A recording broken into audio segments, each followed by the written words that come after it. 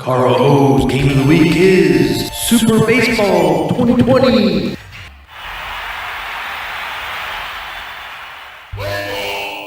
Super Baseball 2020 is a futuristic baseball sports game.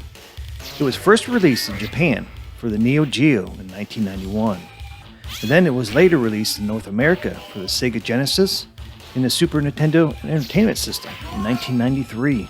The game follows the basic rules of baseball and gameplay from its predecessor, Baseball Stars Professional. But there are several upgrades since the game takes place in the future of 2020. The most obvious difference from real baseball is that some of the characters in this game are robots. All the human characters are equipped with powerful armor, computer sensors, and jetpacks for improved offense and defensive skills. Apart from the futuristic characters, the field has also been revamped and redesigned for the future. There's only one stadium in this game, known as Cyber Egg Stadium. A ball hit over the outfield fence is no longer a home run, unless it is hit directly over the fence in center field. The other areas of the outfield stands are covered with a protective glass that will cause the ball to bounce off of it and bounce back into play onto the field. The ball hitting this zone always comes back into the field but gives the batter enough time to take a base or two. However, slower runners can sometimes be thrown out at first base, even if the ball is hit over the outfield fence. The reason the home run zone was reduced is because the hitters are far more powerful and have the ability to blast the ball tremendously far. Only the most powerful hitters can have the accuracy and strength to hit the ball far enough to get a home run. The foul zone has also been reduced. It is now shorter and only encompasses the area directly behind first base through third base. Weaker batters can often get a hit by swinging early or late at the ball, causing it to just barely make the fair zone in what would otherwise be the foul zone in normal baseball. Other features are also present on the field. A stop zone is present just past the field behind first and third base. If the ball touches this rectangular spot, it will stop dead. However, the stop zone is small, and the ball can often bounce right over it without stopping. It can present a problem for slower runners. Near the fence, there are jump zones, in which a player gets an extra boost in jump height to catch a ball that is otherwise going to go over the fence. The jump zones are placed all throughout the stadium's fences. In addition, every few innings, crackers are put on the field. Crackers are landmines. Landmines? Oh my! That when are stepped on, sends the player sky high and leaves him shaking on the field for a few seconds, delaying the player's time to make a play. Crackers are here to play, if you ask me. Different from real baseball and other baseball video games, this game consists of both male and female characters as well as robots. All three types of players have the same basic abilities and vary only on their personal strengths. In many cases, human players are better than robot counterparts. One major difference between the human and robot characters is that the robot characters can blow up. Blow up? What is going on with this baseball game? Or they can lose their power. If they are worked too hard during the game, this can happen if the player constantly makes them dive for a ball, run extra bases, or even if they get hit by a pitch. Under no stress whatsoever, some robots, especially pitchers, will naturally run out of power as the game progresses. When this happens, they will lose all their abilities and be useless, both offensively and defensively. When that occurs, the player can either power them up or replace them with another person on the roster. Human players do not blow up, thank goodness, but human pitchers can tire out.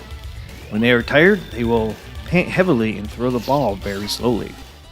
This can be remedied by either an upgrade or, as in real baseball, switching to a relief pitcher.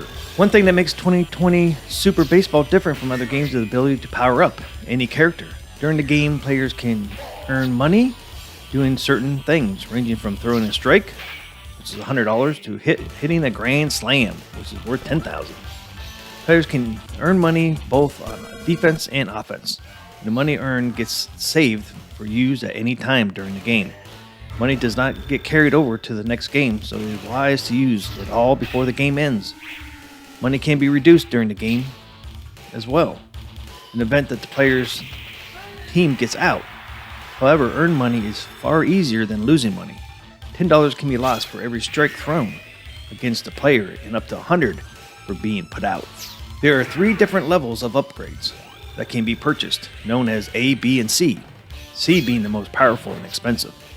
Every category has different prices for their upgrades, and upgrades offer a higher percentage of power increase. The most inexpensive upgrade is Fielding A, 12%, or $100. The most powerful, expensive is Robot C, for $30,000. Keep in mind when using a robot upgrade that it powers up all attributes of a character in an equal amount corresponding to the upgrade level. After powering up a player, they retain the upgrade throughout the duration of the game. However, if the player gets overworked during the game, they may blow up. There you go again, we're blowing up the players and lose their abilities. Is this Arcade Wars? Blowing up everything? When human players blow up, they return to their normal state before the upgrade. When a robot upgrade blows up, it turns into a dead robot. A dead robot turns gray and loses all its abilities, giving it a 0 in all 4 categories, which are hitting, fielding, pitching, and chance. It can still be used during the game, but it is essentially worthless. After blowing up, an upgraded player can always be re-upgraded as long as there remains adequate money. When a player is upgraded to A, the player can also spend the money to have the further upgraded to B or C, although this means the full price for upgrade must be paid.